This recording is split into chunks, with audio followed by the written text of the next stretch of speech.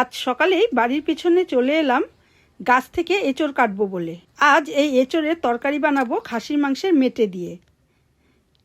তোমরা কারা কারা এই রেসিপিটি পছন্দ করো আমাকে কমেন্টে জানিও। এখন আমি এঁচড়ের কষ ফেলানোর জন্য একটি পেপার পেতে কিছুক্ষণ রেখে দিব। এবারে বটিদা নিয়ে বসে গেলাম এঁচড়টি কেটে নেব বলে। বাড়ির গাছের এঁচড় কেটে সেই তরকারির স্বাদই আলাদা। এঁচড়গুলোকে আমি এভাবে ছাল ছাড়িয়ে টুকরো টুকরো করে কেটে নিচ্ছি।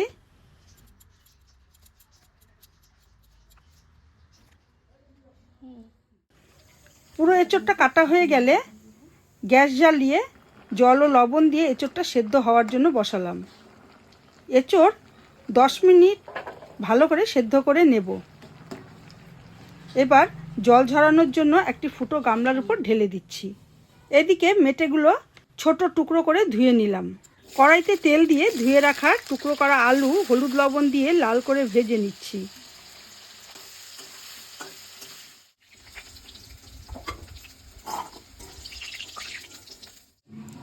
মশলার জন্য মিক্সিতে দিচ্ছি আদা, কাঁচা লঙ্কা, শুকনো লঙ্কার গুঁড়ো, জিরে গুঁড়ো আর সামান্য জল।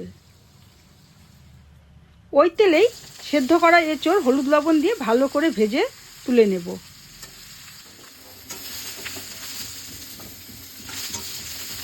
এবারে এই মশলায় দিয়ে দেব কিছুটা রসুনের কোয়া।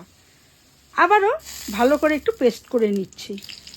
কড়াইয়ে তেল দিয়ে তেজপাতা, শুকনো লঙ্কা, জিরে ফোড়ন দিয়ে কুচানো পেঁয়াজ ও মশলা ঢেলে দেব। দিচ্ছি পরিমাণ মতন হলুদ আর লবণ। একটু কষিয়ে আসলে টুকরো করা মেটে আর গরম মশলা দিয়ে আবারও ভালো করে কষিয়ে নেব। যতটা ভালো করে কষাবো মেটেটা এখানে অনেকটা সেদ্ধ হয়ে যাবে। এখন দেব ভেজে রাখা এঁচড় ও আলু, সাথে দিচ্ছি একটু জল। এখনও 15 থেকে 20 মিনিট রান্না করে নামিয়ে নিচ্ছি আজকের মেটে এঁচড়ের তরকারি।